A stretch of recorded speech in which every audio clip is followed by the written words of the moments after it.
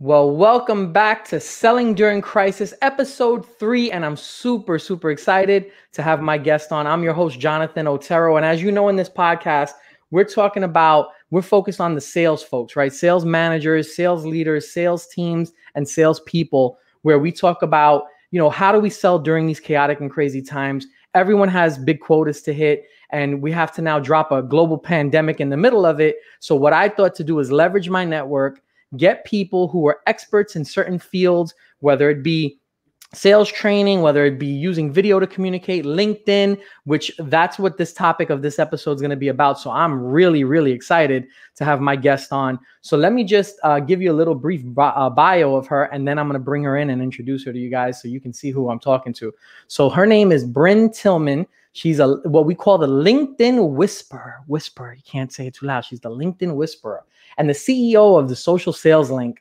For over a decade, she's been teaching entrepreneurs, sales teams, and business leaders how to leverage LinkedIn for social selling.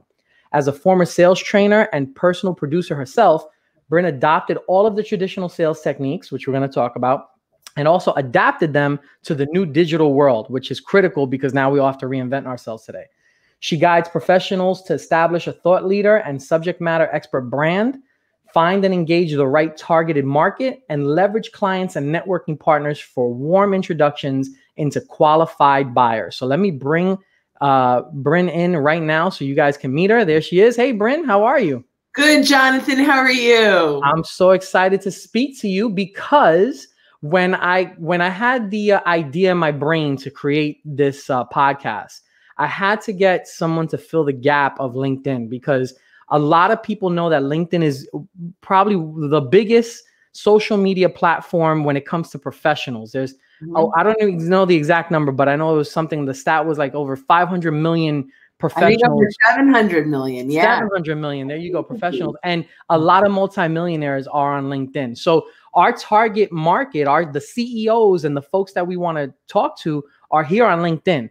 They may not be on Facebook. They may not be on, or maybe they are, but you can't reach them there. They may be on Instagram or whatever, but LinkedIn, we know for sure they're here. So I had to get someone like yourself to talk about how do we leverage this platform. So thank you so much for doing this for not only myself, but everybody that's watching.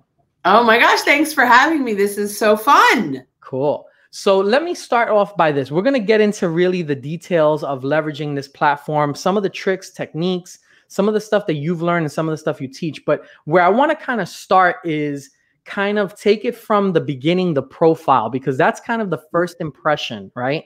And obviously I've looked at your profile and I see that you have everything set up nice from the header to your profile picture, to your about section. So everything that has to do with work experience and so on.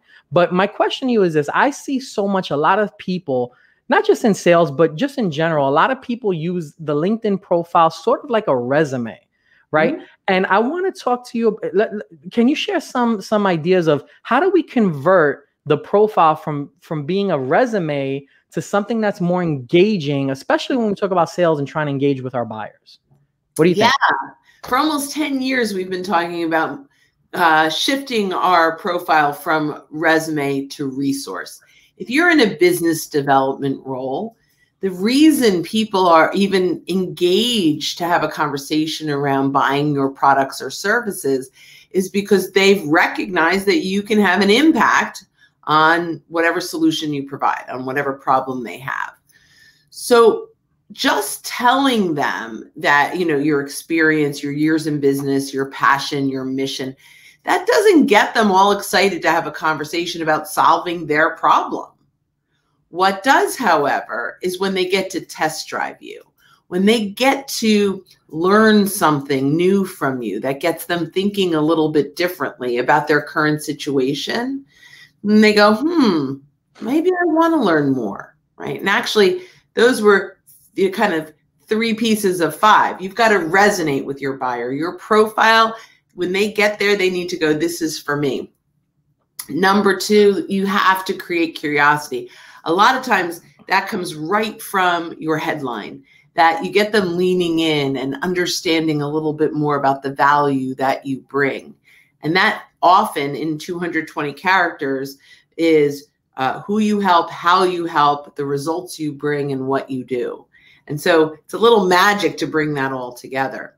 But as you've created that interest and they start moving down, so you've resonated with them, you've created curiosity. Now, when we get into the profile, we need to, I'm going to repeat this, but teach them something new. Mm-hmm. Corporate Visions did a study that says 74% of buyers choose the sales rep that was first to provide value and insights. 3/4 of the buyers. So first to add value and insights. So we've got to provide value and insights by being a resource really early on, starting with our profile. So we've got to teach them something new, but just teaching them something new doesn't convert to conversations. Right. It takes getting them to think differently about how they're doing business today. And then when you can do that, it will lead to conversations.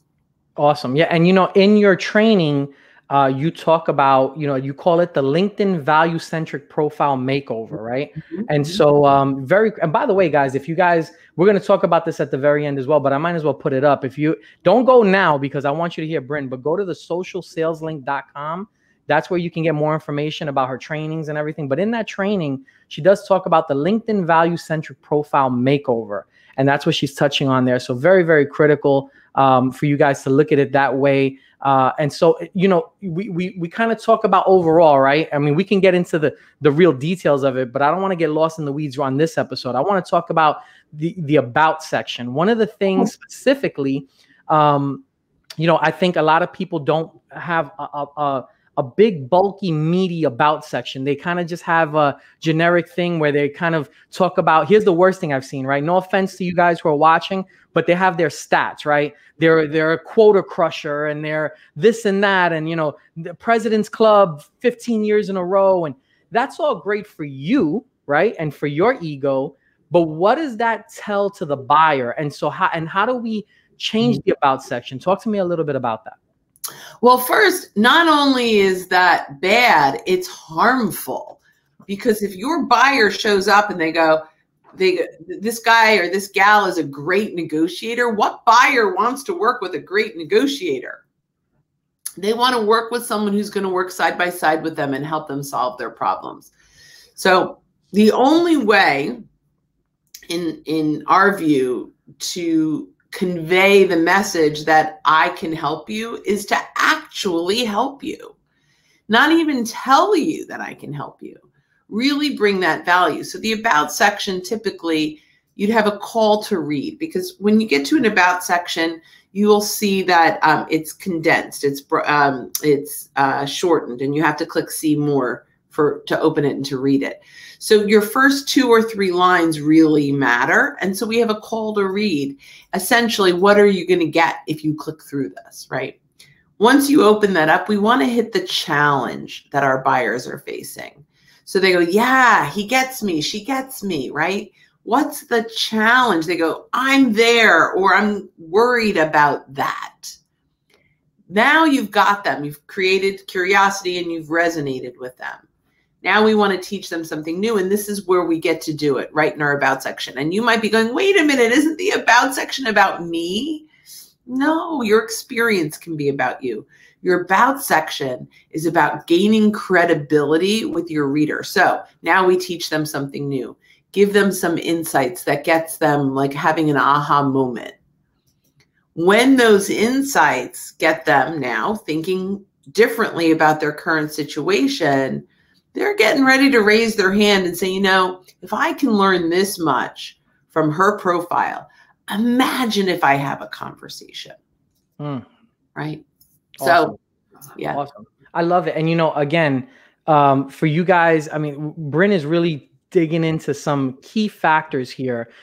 We're not even talking about prospecting yet. We're just talking about your profile, right? And how we got to set that up is so critical and so important to have a nice, a great about section that doesn't talk about you, like Brynne said, have a nice profile pic, have a nice headline and banner. There's so many components and elements to having a great profile. And if you guys want more information after this is over, you can go to the socialsaleslink.com, reach out to Brynne, connect with Brynne, and then you guys can probably have some more conversations in detail. Yeah, they can actually go to linkedinlibrary.com, and there's all kinds of free stuff.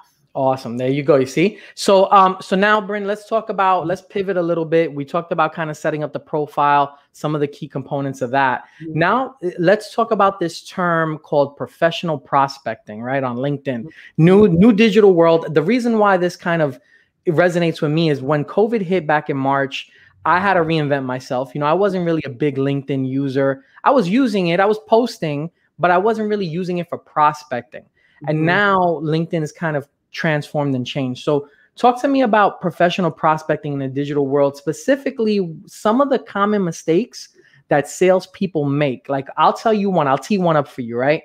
You and I send you a connection request and I don't add any notes to it. I just hit connect and you accept because maybe you looked at my profile and you're like, all right, whatever. This guy looks like someone I'll connect with. And as soon as you accept that connection request, I start pitching. So horrible, right? So talk to me about some of those common mistakes. That plus what else do you see? And actually, I will tell you. So that's always been out there a little bit.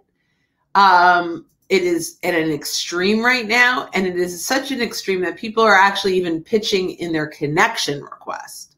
So here's what's happening.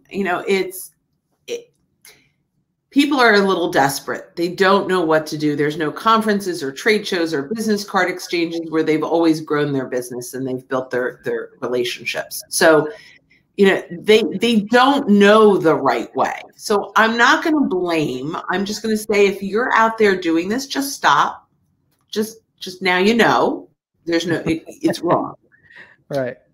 We have to recognize that there is a human being on the other side of this message. So if you are used to the business card exchanges, the B&I meetings, the trade shows and conferences and meeting face-to-face, eyeball to eyeball, right? And that's what we're missing. What I want you to get the concept of is that leveraging LinkedIn, it's still the same people on the other side, right? So treat the people on the other side of that message as you would if they were on the other side of the table. Just come at it from a human perspective. You would not walk up to someone at a business card exchange and say, "Hi, I'm Brynne Tillman. We help businesses just like you." We wouldn't do that. Mm-hmm. So why are we doing it here? Because we just don't know better. So what can we do here? Few things. Number one, start a conversation. We call it the 2x2. In under 2 minutes, find 2 things on their profile that, is personal to them. So it doesn't feel like a spam message. Number 2, and you don't have to do that on every message, but especially if you're connecting with them directly, if you're doing the outreach. Now, the 2x2 may not just be, "Hey, I noticed you went to this college and we have 17 people in common." It may be, "I noticed you shared content and I engaged on that." That's one touch, right? Or there are so many different ways. I won't go through the whole list of everything, but there are so many ways to just softly start a rapport, right? Not with the pitch. The other thing is recognize these people are not shopping for your services right now. So 99.999% of them are just going to delete because they don't even know they need you. Maybe they do. Maybe you provide the best product and service for them in the whole world and you can transform their business overnight. Maybe you do, but they don't know it yet and you haven't earned the right to talk about it yet. So we have to figure out what is it that we can do to get them to raise their hand and say, "Okay, I am interested in learning how you can help me." And the only way we can do this is by actually helping them, providing real value, vendor agnostic value, not value that it's not what we see as value. It's what when they consume it, they learn something new and they're thinking differently. Interesting. And so key, right? When we talk about adding value, when we make that connection request, we're lucky enough to let that person is welcoming us into their network, right? By accepting that connection request. And instead of just going on the attack mode, how do we add value? So let's talk about some ways, because you touched on a lot there, but I want to key in on the adding value part, because it sounds like sometimes such a cliche, but it's really important. How do we add value? So a lot of times people may, people talk about, folks like us that we use LinkedIn a lot. We create our own content. So we can take that content that we're producing and be able to share that if we think it adds value to the buyer, right? So for example, a lot of people who don't create content, they say, well, what do I post? If I post something, let's say I see an article, how do I share that with someone? Or a lot of times what I see, and this is kind of the thing that I think is negative. Hopefully you agree. They'll take maybe their product or service, maybe like a white paper or a sheet of their own products and service, and they'll post it up, and they'll write at the very bottom, like on the caption of contact me, right? Yeah, they'll say, I often see, like, for more information, call this guy, and it's like, well, wait a second here. First of all, I don't know if your product is a fit for me. I don't know who you are. Why would I call you? Why? If I want more information, I'll go on your website. Why would I even call you? So you talked about adding value. What's another way that a person can maybe do that post differently? Yeah. So first of all, very rarely do we ever add any content that is selling anything. The closest we'll get are inviting people to complimentary webinars, right? That's like the closest we'll get in selling our stuff, and it's free. So that's the first thing. The next thing, so salespeople will say all day long, I am not a writer, I am not a content producer, I have no original content. Well, if you are talking to clients and prospects every single day, you are probably the best content producer in your entire company. However, you're not capturing it. So it's really important to come from the mindset of, I need to listen to what I'm talking about. I need to listen to how I'm helping people. I need to look at the email answers that I'm sending prospects when they ask questions and start recording them.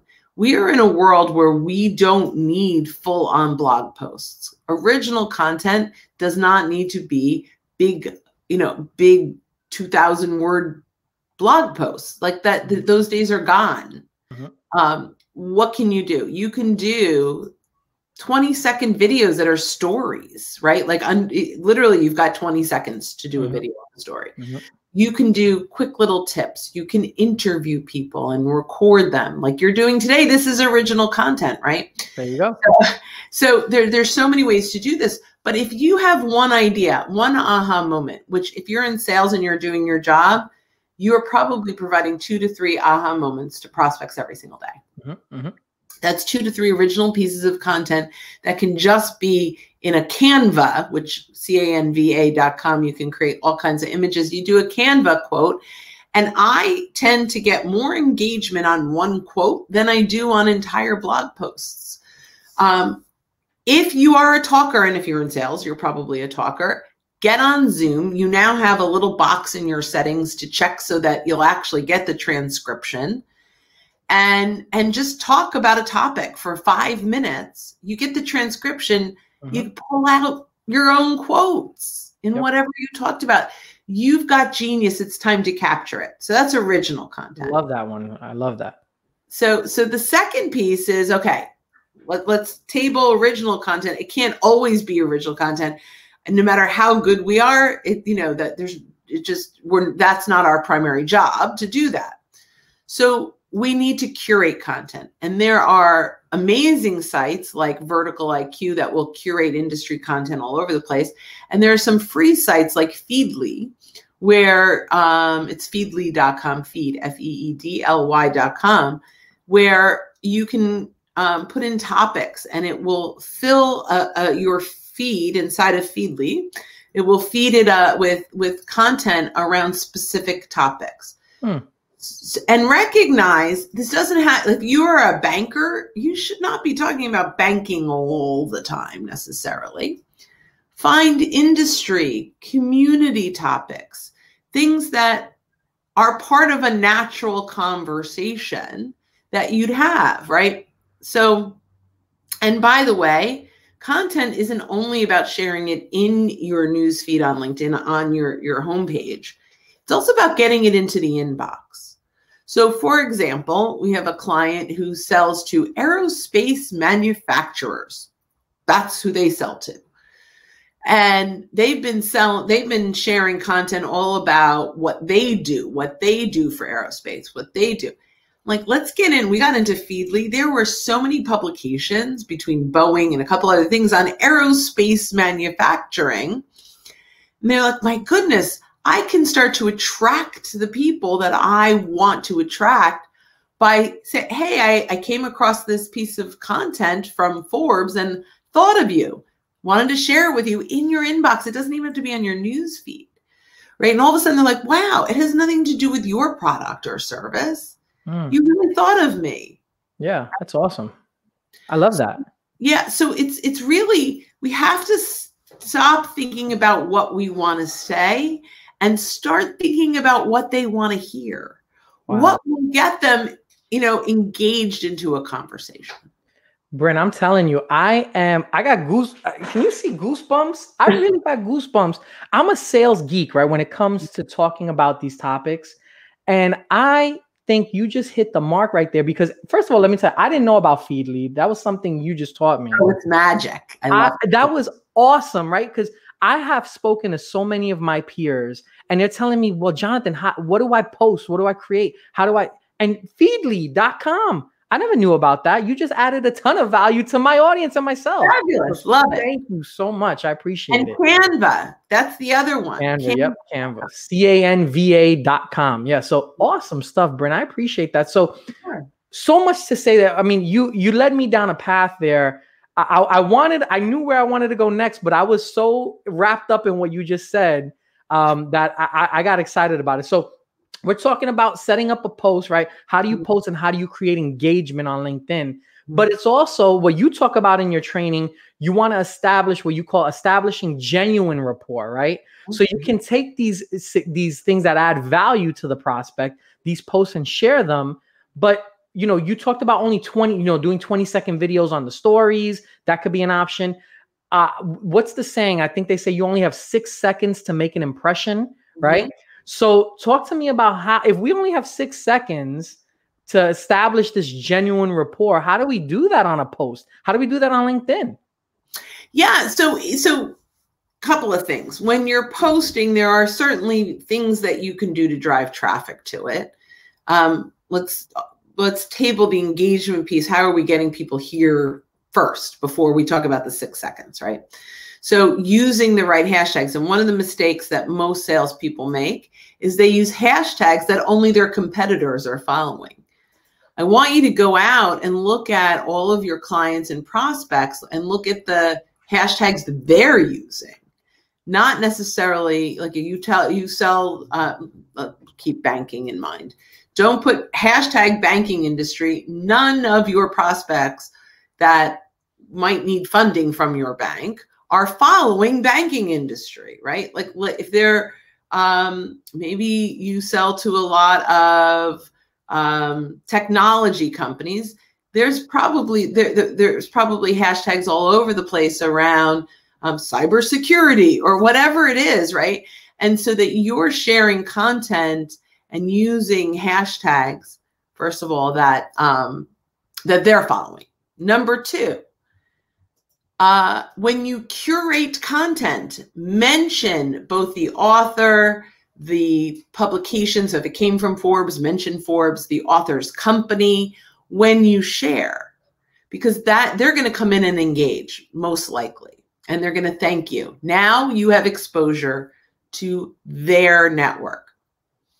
Number three, find magnets on LinkedIn for your content. Who are magnets? They are people that are already attracting your buyers with the content they're sharing.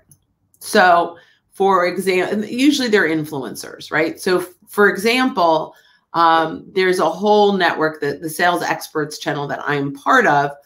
all of the other hosts for the Sales Experts channel attract and engage people that I can also do business with. So I want to make sure on a consistent, I'm consistently engaging with them and with the people that are engaging on their content. Now that's going to attract those people. Like, who is this person that just liked my comment, right? It's going to get them to you, and now they'll start to follow you. But we want to make sure that we've got the right people that are engaging.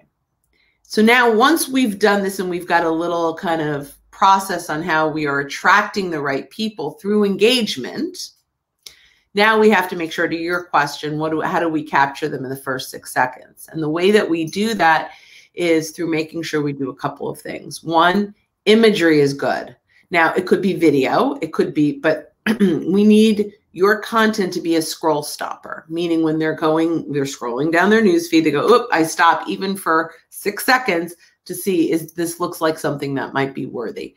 So it could be the quote in a Canva image. It could be a video. It could be, a photo of an event.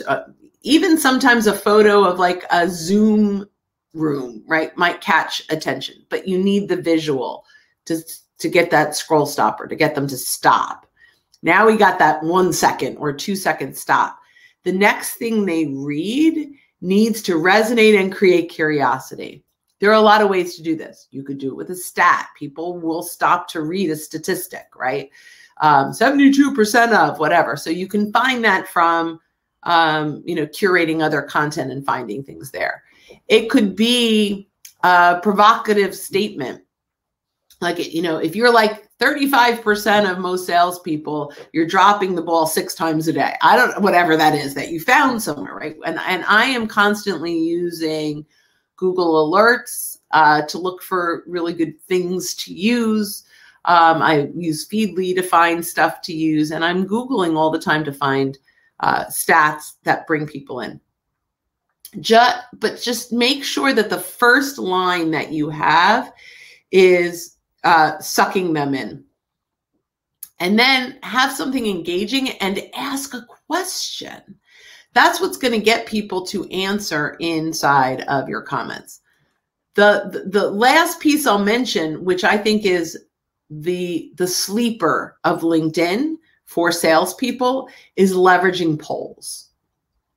Polls is a phenomenal way to get engagement. And you get, as the poll creator, the publisher, you not only do you see all the answers, you get to see who answered what. So asking a question, now make sure it's not a question that's completely a discovery question for your sales process, but it's something that they want to answer, but it also brings insight for you. Sure. Right. And this, I go back to, I love to grab a stat from somewhere else, because now my poll is proving out someone else's opinion. It's not just what I'm asking for, right? So now we've got a poll, and now just because you post it doesn't mean they're going to come. You've got to get it into the inbox. And so on every post, there's a little paper airplane at the bottom that says send. Click it and make your list. Take inventory. Take the top 60, 70 people that you were connected to that you want to start sales conversations with. Start by saying, hey, we just posted a poll. We're doing a little study on X, Y, and Z. Your insights would be quite valued. Thank you. And you get that poll into their inbox. Half of them will vote. It's one click vote. They'll vote. And now we've got insights. We see what they're thinking, what their priority is, whatever that might be. And it's a conversation starter. I love that. And one thing I want to add and piggyback off what you're saying is that, so if you're able to get that engagement, right, the way that you just said, you send them that inbox, they click on the poll, the algorithm, the way LinkedIn works, and you probably know better than I, but I love when someone shares my post, right? I'm grateful that someone thought it was good enough to share it, but I get, it helps, right? But it gets more. No, it doesn't really. It doesn't, right? It doesn't really help. It's just nice for me, my ego, that you shared it. But with the algorithm with LinkedIn, if you engage with my post by making a comment, clicking like, or engaging with the poll, that shows up on more people's feeds, and that gets the post out there more. correct? 100%. So there's a few things. So there's the reaction, right, which is what we call likes, right? So the reaction, the comment, and then there's share to your feed, and there's send as a message. Those are really your major options, right? Mm-hmm. LinkedIn is evaluating and helping your post based on reactions and comments, but there is a third invisible thing that's happening, which is called dwell time. How much time?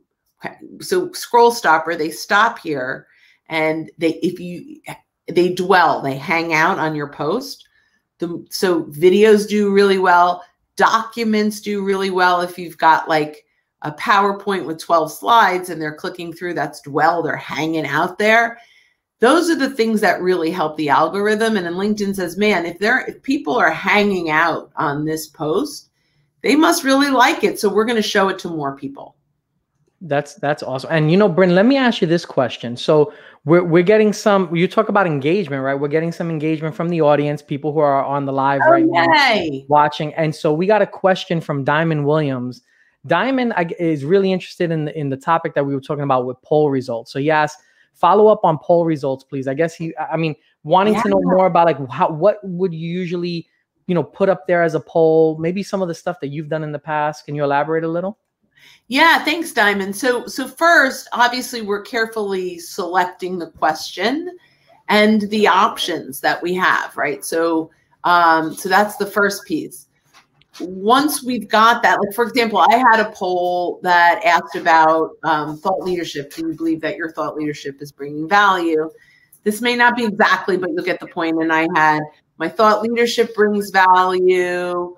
I share a lot of content, not sure if it brings value, right? And I'm not sharing content but I know I need to. Okay, so now I've got people that see themselves as thought leaders, people that don't see themselves as thought leaders, and people that know that they need to be thought leaders, but they're not doing it.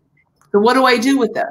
The ones that were thought leaders, I actually created an ebook, went out to each of them and said, thank you for engaging on my post as someone who sees themselves as a thought leader. I'd love to get your #1 tip on thought leadership. And then I went into Canva and I created an ebook and I put their tips in and I put their name in. And now I had an ebook that did phenomenally well. And I mentioned all of them and they all shared it with their network because they were mentioned. And it was a wonderful inbound opportunity. Then I had the no, I'm not a thought leader, nor do I care kind of thing. And I ignored them because if they don't care, we don't need to have a conversation, right? But then I think I had something like 70-ish people that voted, I know I need to be doing it, but I'm not. So what did I do with them? I held a complimentary webinar and said, thank you so much for voting on my poll. As someone that knows they need to be using LinkedIn for thought leadership, I'd like to invite you to a complimentary webinar where we can help you do that better. And we probably, from that list, we got maybe 15 or 20%. We got other people to join the webinar as well. But of those people, we got 3 clients.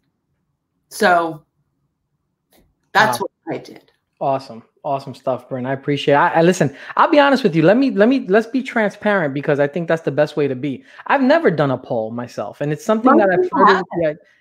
I would love to do one. I've just always kind of thought in my head, what do I say? What do I do? And you know what's the worst fear? And one of the reasons why I haven't personally did it, I was wondering what happens if no one votes on it, right? Like I've had posts where no one clicks like, and so I'm wondering what happens if no one votes on it? Would that be silly?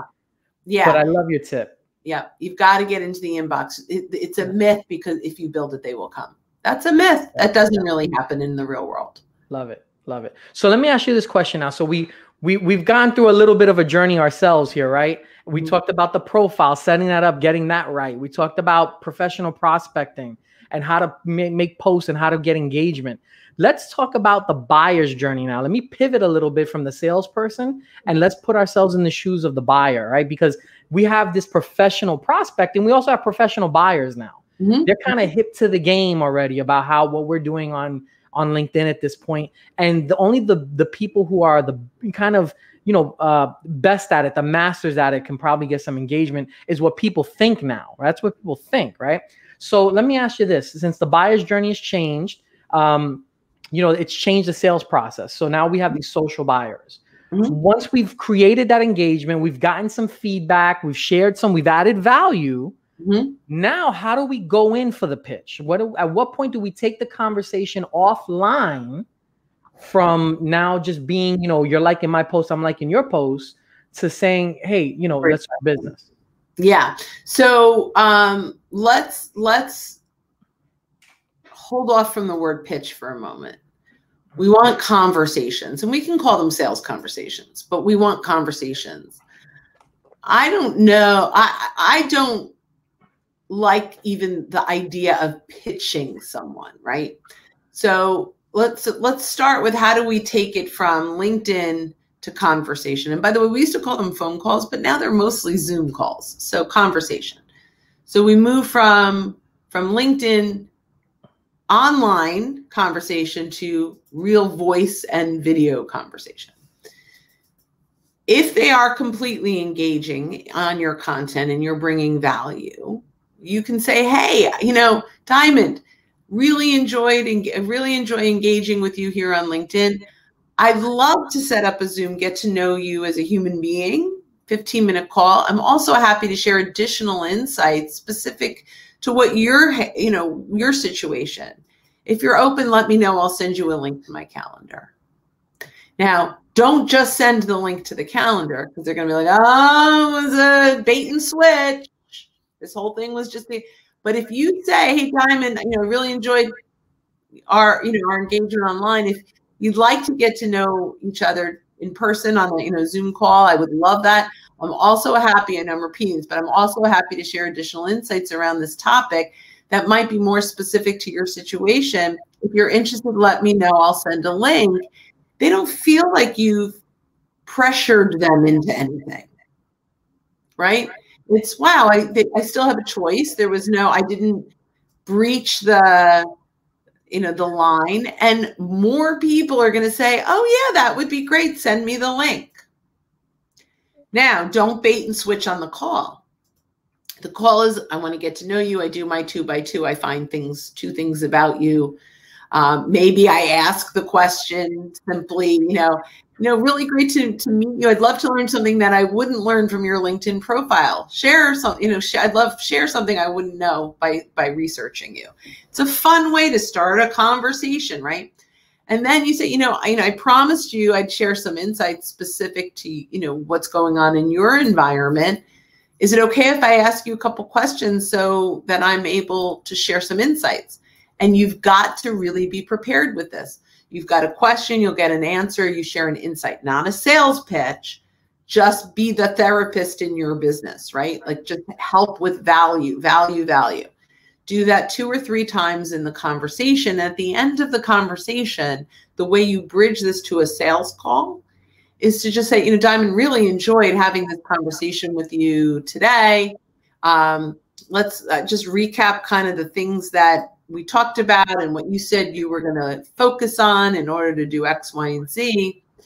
I have to tell you, this reminds me of a client that I worked with a year ago. I'd love to share the story with you. Would that be okay? Now, I have about 3 or 4 client stories that almost always fit. So I'm prepared, right? I know what that looks like. And so Diamond's all like, yeah, you gave me so much value. I'd love to hear what you did. And by bridging the conversation from, I brought you value, to here's how other people have worked with us. Now they start to raise their hand and say, well, that's interesting. And you can even say at the end, this was a lot of fun based on what you heard and based on what we did. Do you think you'd like to explore how we can help you the same way we did that client? I love that. Awesome, Brynne. It's funny because your approach, even right there, was so, like you said, conversational, so natural, that it was as if, it was like, yeah, almost like let's hang out and just talk. As opposed to but you have to let them know you're going to bring value. Yeah. So that's part of it. But even if in the message it's an afterthought, because a lot of people, especially if you're selling to the C-suite, don't have time. Mm-hmm. But if they know, if you brought enough value to them online where they learned something new, you got them thinking differently, right? You've done that well. They believe that if they have a conversation with you, it's well worth their time, that they're going to learn even more. So even though it's, hey, let's just get to know each other, I'm also going to bring you additional value that can help you in your current situation.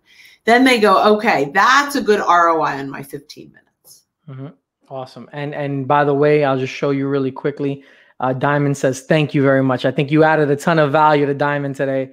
I appreciate it. Way to start the morning. So, okay. So we talked a lot about different kind of ebbs and flows of the kind of the prospecting, professional prospecting, digital prospecting part on LinkedIn.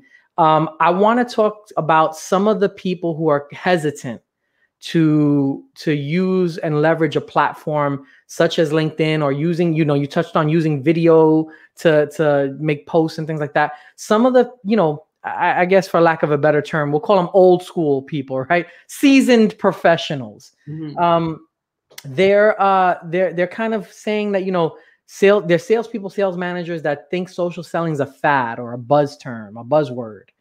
When COVID, we got the vaccines now. So maybe in a couple months, this whole thing will be over and we'll go back to face-to-face and normal. And this is just a fad. What do you say to that? Well, it's been a fad for a really, really, really long time now. So, there are some sales I'm going to tell the story. It's mostly public anyway. So there's an amazing sales trainer, Jeb Blunt, who he and 3 of his buddies about 2 years ago did a video about how social selling is like run by hacks. We didn't know each other really then. I knew who he was because he's amazing. And I was like, yeah, you haven't had the right social selling exposure if you think that, right? So I publicly threw down the gauntlet and I said, Jeb, I want to prove you wrong on your podcast. And he's like, sure, let's do it. And so we had a podcast, and long story short, my training is now on Jeb's e-learning platform. So for those that think that this is a fad, or those that think that this is, a temporary, this is a new, it's not even new anymore, right? We're now like kind of in the middle of this, but this is the easiest, most effective way to start real relationships. Look, if you cold call, you leave a message, the likelihood of them learning about you is slim to none. But if you engage on someone's activity, the likelihood that they click through your profile, and if your profile is positioned as a value-centric profile and you're a resource, that one touch gets them to learn so much more and gets them to engage. Where if you're just cold calling or even sending an email, it's much harder for them to engage with you or even stalk you to find out more. It's so easy on LinkedIn. One click, I look at your profile, I see your activity, and all of a sudden you start to gain credibility just from engaging or from sending a message with a piece of value-centric content that matters to them, that's industry-based. I saw this and thought of you. All else fails, find their own content and send it to them. I have closed such great business from finding a company's content. Maybe the CEO won an award or the company won an award. I grab that and send that to my prospect and just simply say, hey, I just saw your this award that you won. A lot of times executives miss their own press. I wanted to get it in front of you. I hope you're doing well. That starts conversations, right? You're not doing that in a typical cold call. Now, really important, I'm not saying don't get on the phone. I'm not saying that you can actually close business on LinkedIn, but LinkedIn opens the most doors faster. Right, exactly. It's not, look, I've heard so many things. I've read a lot of books on the topic. Some people say the phone is a dead, technique, and email's dead. And there's It's not. No, it's they're not, all it's just important. right. And LinkedIn is not the magic bullet, right? There is no such thing, because if it was a magic bullet, Brynne, you Everybody, and I would be doing this podcast in Tahiti somewhere on the beach sipping pina coladas or Mai Tais at 9 a.m., right? It's not about it's just another tool in the arsenal, and how do you leverage the platform correctly? agreed. I think, Brynne, it's been, I can go on and on in this topic, but I know that you have to go on with your day. I cannot steal you for the whole day, which I'm upset about, because there's so much I want to get to, because We'll do it again.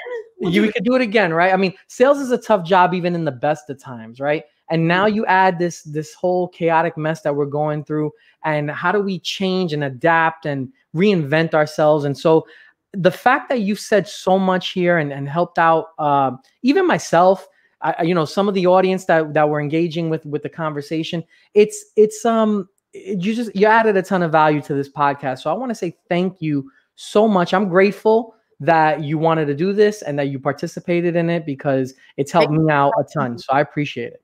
Oh, I appreciate you including me. Thank you. And I tell you, Brynne, you knocked it out the park. You hit a home run. So thank you so much. So for more information, Brynne, I want you to, I'm going to post up the link, the website again, but you said the other website where they could get some free stuff.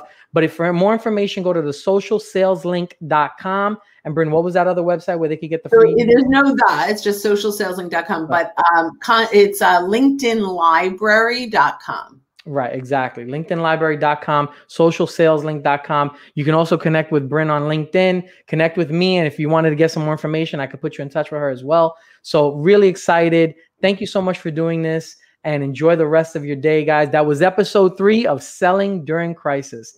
Go sell something today. Take care.